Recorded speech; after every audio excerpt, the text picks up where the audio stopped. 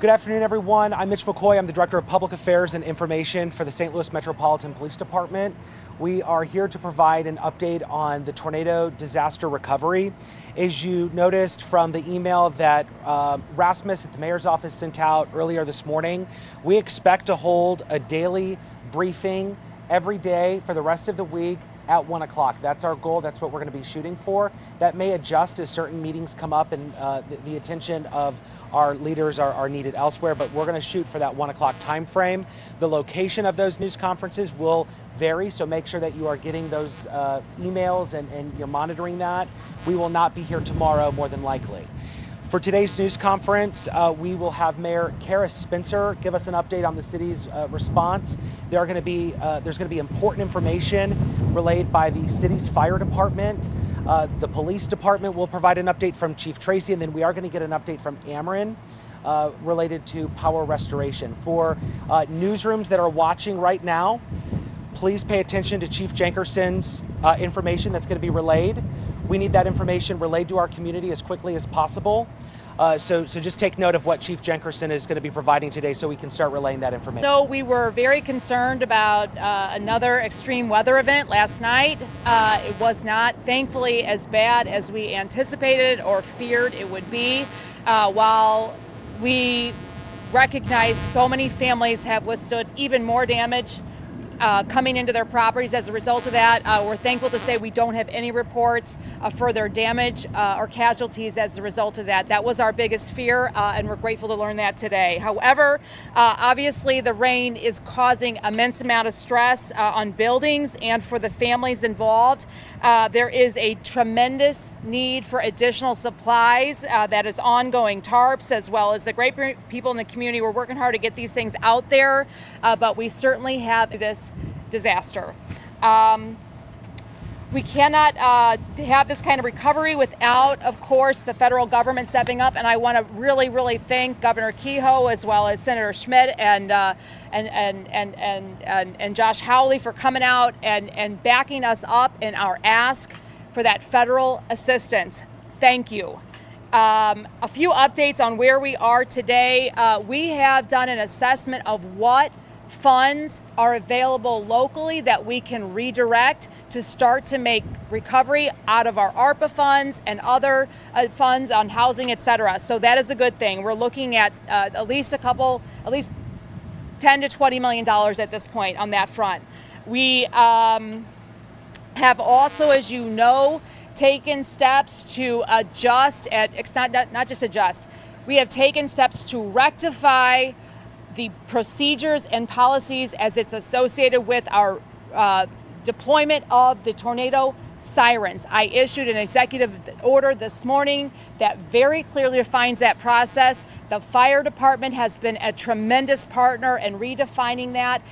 We have issued that this morning, and I have full confidence moving forward that the fire department will be deploying the tornado sirens reliably, effectively, and immediately as required and directed to save to protect the community. I also want to say we are in the process of automating that system. Within a year, there will not be a need to have a human being press the button. That will be an automated system that will be in place within a year. Because at the end of the day, the siren failure should have never happened, and it never will happen again. A few other things. Starting tomorrow, starting today, the National Guard is on site. They are conducting the necessary evaluations with our office, city departments, the chief of police and other officials to understand what the need is. As I've mentioned before, in order for the National Guard to come here, we have to supply a very specific ask, and that requires a pretty comprehensive assessment of the need. We are in the process of conducting that on site with the National Guard today. As of tomorrow, FEMA, SEMA, the State Emergency Management System, and the U.S. Small Business Administration will be on the ground in the Impact Dome for 3 days. 3 days, and that will be ongoing, doing preliminary damage assessment. This is critical work that is outlining the process of submitting the request for national disaster declaration, okay? In addition to that, we are working to secure teams of building inspectors. These are experienced folks in the tornado scene that will help us perform the disaster related work to assess every single building in the zone. That is going to not only help us to identify which ones are safe, which ones are not safe, and what the damage, what the scale is, so we can start to assess the real damage here. This data will be going in and be used by the governor to make that federal declaration a disaster request. And as you know, this has just been a tremendous and ongoing effort. I can't overstate the work the community partners have been doing in addition to the city workers. We were out this morning. We're talking about 100 folks from forestry, parks, etc., street department. Everyone is out, all hands on deck. They have been since this disaster. The response from our city workers is unprecedented, unbelievable response. Our first responders have continued to do a tremendous lift to make sure that we haven't had serious incidents since the tornado, and the community has come out in droves. I am so proud, enormously proud of the community response that we've seen since Friday. Thank you all. And I'm going to turn it over to the fire chief, Chief Jenkerson. Good afternoon, Chief Jenkerson, St. Louis Fire Department. Since last evening, the fire department has reviewed every protocol, every procedure that was in place. We are establishing new protocols and new procedures. The fire department, we're about redundancy and resiliency. We cannot have a failure at any point in any type of policy or any type of mechanical device. We have to have backups.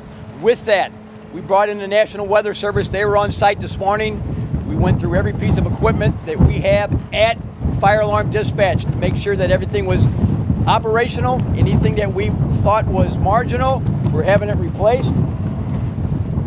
The contact system, like I mentioned, redundancy. I wanted a minimum of 3 contact points. Right now we have 4. We have text, we have email, we have a phone call. We also have what's called a NAWAS system, which is a secured line directly from the National Weather Service that will notify us of impending issues coming in. So we are also set up training for this week for all members to make sure that everybody is on the same page, including the National Weather Service, as how this system will be activated. So that will be ongoing. We will put out written procedures, which we are working on right now. Who's next? Who's next? I believe it's. I just want to reiterate my full confidence in this system, Chief. Thank you. You're welcome. Chief Tracy. Thank you, Chief. Thank you, Mayor. So we're still going to continue with the curfews, 9 p.m. to 6 a.m. Continue to have our officers work 12-hour tours, not just in the impact area, but also throughout the city in each district and all the specialized units, all hands on deck, and makes us more efficient and gives us more coverage both inside and outside the impact zone. And the importance, I've been asked questions, has there been any curfew violations? Well, we had 2 earlier this morning in the overnight, and that happened after there was a burglary on 5800 block of Persian. Elderly couple heard some noise in their residence, back door was forced open, they were able to call 911. We had teams out there, we responded, nothing was taken, did a canvass of the area, and we're able to pick up a 15-year-old and a female and a 17-year-old male that should not have been in the area. Not sure if they're responsible for that, but we're going to continue to stay diligent and vigilant on making sure people that don't belong in the area are not going to be in the area. It's critically important. Secondly, we just had our first copper wire theft earlier this morning. We made an arrest on that individual. He admitted to it and says he's been doing it throughout the city and looked for an opportunity. But the importance of making sure that we stay on top of this is because as Ameren's trying to lay the wire and do things, if we have individuals that are cutting, splicing wire, there goes the electric, slows us down, makes it, people need this for medical needs. They need to keep things cold, food, everything else. So any individual, if you're going to come in and take advantage of this situation, we're going to hold you accountable. And we're going to make sure that we bring you to justice. We're not going to have this in this area. We're not going to have looting. and we're not going to have wire theft, and we're not going to come at people who are vulnerable right now, and we're going to make sure that we're out there. That's why we're going to continue to have our command post that's out there, and we're going to be there as long as it needs to be, and our officers are going to continue to do these tours to make sure at a time that I can draw it down, but the time isn't now because we got so much more work to do. So that's where we're at, and we also had an accident earlier this morning with our District 2 officer, not part of this whole detail here, but was transporting a prisoner to North Patrol as an overflow from where we put our prisoners. He got into an accident, 4-way stoplight. He waited. When he went through, somebody ran through the 4-way stop sign. The officer's going to be okay, and so is the prisoner. They were checked out at the hospital, and that person also admitted to fault running through a 4-way stop sign. So I know there was a couple of questions on that, and I can answer that afterwards if anybody wants to know more details. So with that, I'm going to turn it over to Ameren for a report. Appreciate it. Thank you. Good afternoon. My name is Amanda Brittingham, and I am the Senior Director from Ameren, Missouri, who oversees the North Metro Operating Center, located just a few blocks from here. And I will take this opportunity to offer a brief restoration update. I am pleased to report that we have more than 2,300 workers on the job today, some of which you all will see right behind you. Very impressive.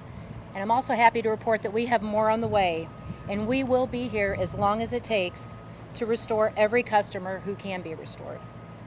And as you know, the damage to our system is just tremendously extensive, including more than 350 broken poles and thousands of spans of down conductor. And as of noon today, we have restored power to 90% of customers since Friday's violent weather. And we sincerely appreciate your patience as we safely work to restore service. Thank you. Before we take questions, I'd like to invite the fire chief for an important announcement. Okay. I want to make sure everybody pays complete attention to this. The fire department will be testing the system today, the weather system, at 3 p.m. This is going to be an ongoing test because we're going to test several parts of the operation system. So at 3 o'clock, it will be tested. So please spread that word as soon as you can. But at 3 o'clock, we will be testing, and it should last about 20 to 30 minutes. Thank you. Any questions? Mayor, Yeah. you've mentioned, the faith in the fire department and, the ongoing testing. Do you still have faith in SEMA, and have there been any personnel changes within that department? We haven't had any personnel changes. I have faith in our entire team. Our team is robust. We have SEMA, we have the state, we have a whole host of partners here on the ground, and I have absolute faith in our system. And I do have faith that the fire department, especially now that we've outlined the protocol. The protocol was really the problem here. I want to reiterate that. Not having a clear delineation of where the buck stops, that was the problem. We have done that, we have rectified the issue, and I am confident in the system moving forward.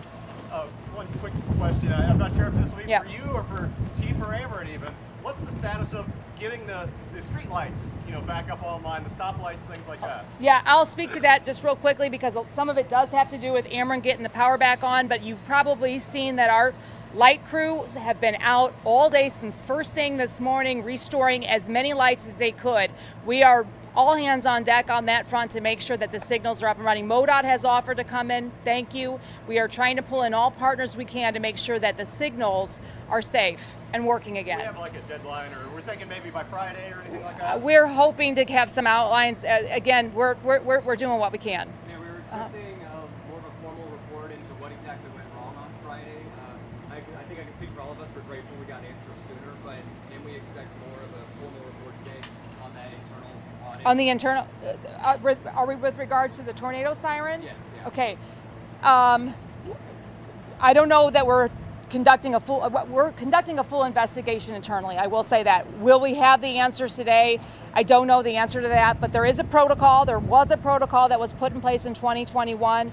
We are looking to share that today. I believe we're sharing that protocol, what that was.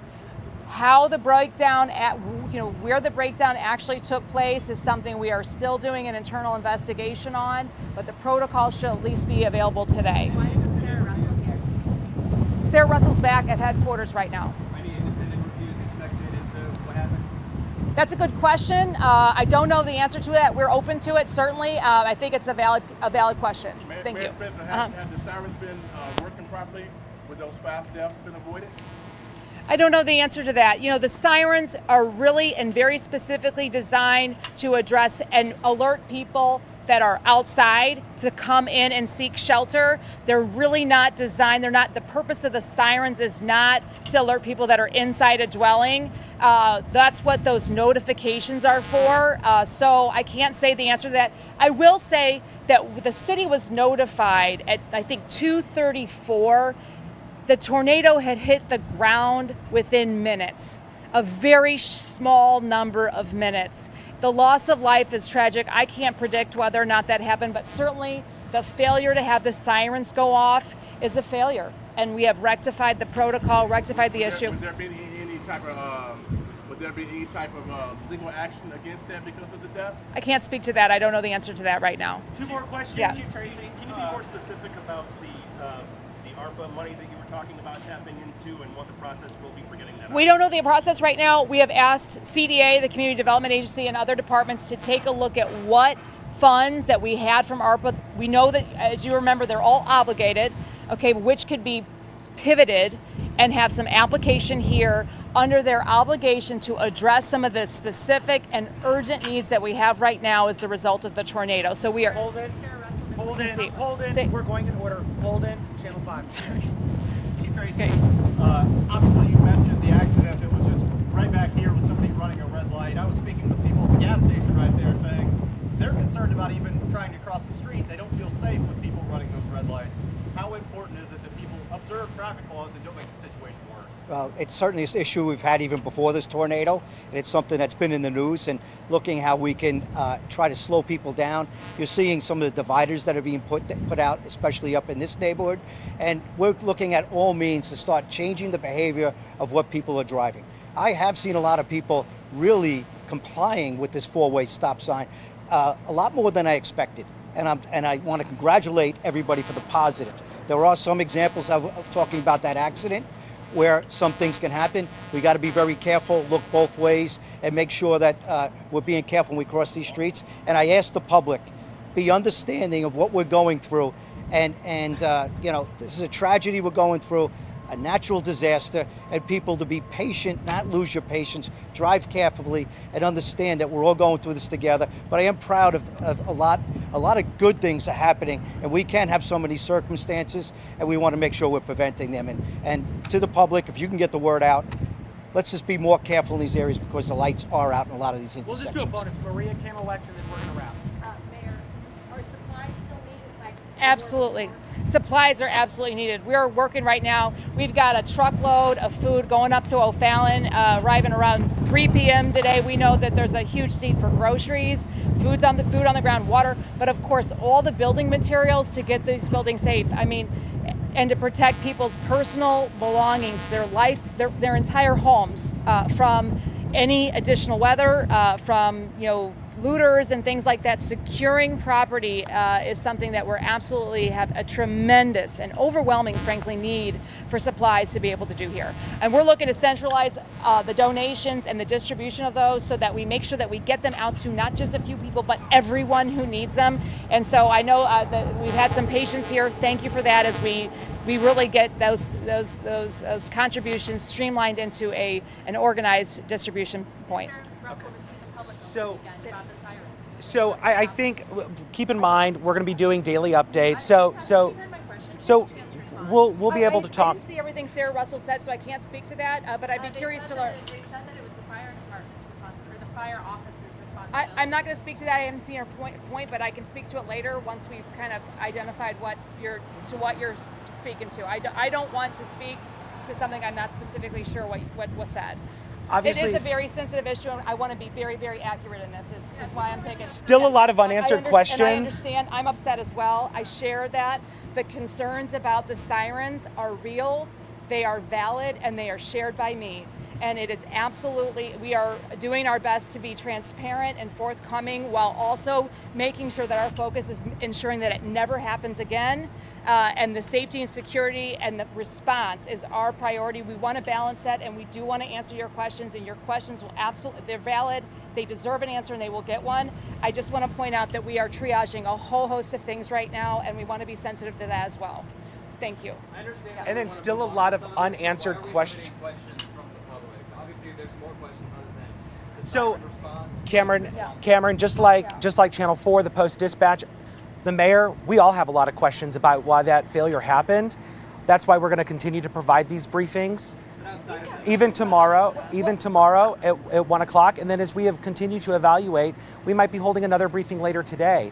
But please understand, while there's a lot of questions unanswered, there's still a lot of leadership that needs to get done too. And that's why we're trying to limit some of this information, just because there's a lot of information we need to still gather so we can distribute it to our community. Okay? But Mitch, I'd be, if there's any burning other issues, topics that we haven't touched on, are there any other topics? I mean, there are some small things. You know, FEMA's on the ground. In Yes. They also had tornadoes on Friday.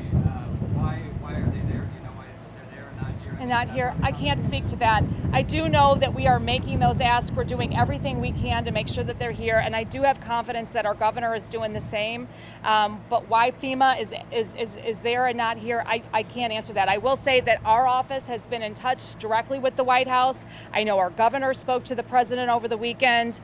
These things are in motion. Why we're not getting that, I don't know. It's heartbreaking to me as well, and I want to assure everyone that we are doing everything we can to get them here. And they will be here tomorrow.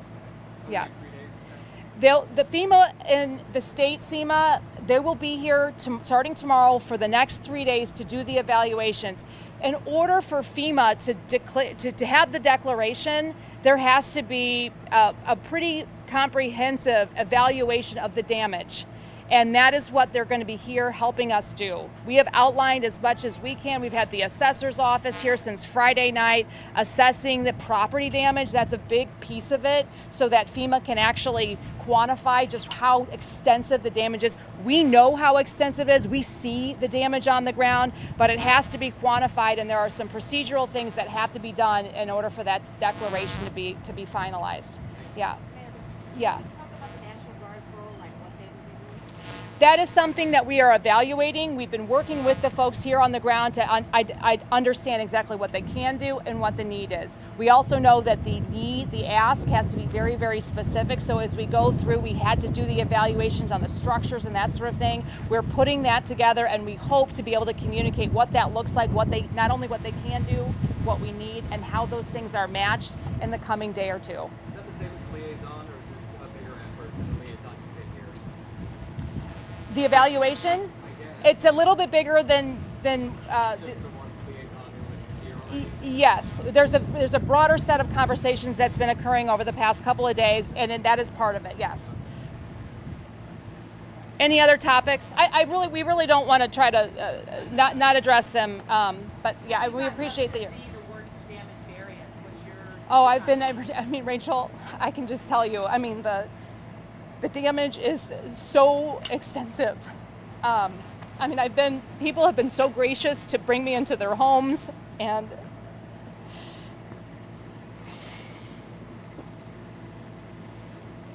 there aren't words. Whole entire sides, fronts, backs, tops of homes are missing. People have wrapped their personal belongings in saran wrap, tarps. It is unbelievable what people are going through right now. There are no words to describe the feeling of hopelessness that people are. We are doing our best to bring resources as needed. We know we are simultaneously doing a Herculaneum effort and not doing nearly enough. It's not possible to address all the needs in our community. And all I can say is that I'm so grateful for the community, what we're pulling together, what we are pulled together, and what we will continue and need to pull together in the coming days, weeks ahead. The need is absolutely astronomical, and we're grateful for the generosity that's coming out of the woodworks to step up It is needed. Make no mistake about it. The destruction, 8 miles just in the city, touching down. That is very, very unusual behavior for a tornado. This was a heavily populated area. These are people's homes. This is everything they own, open to the elements, and you cannot overstate the destruction, the damage that was done by this tornado. Thank you. On the siren test, is it going to be citywide or is it just the? It should be citywide. Citywide. Yeah. Okay. Citywide. Thank you.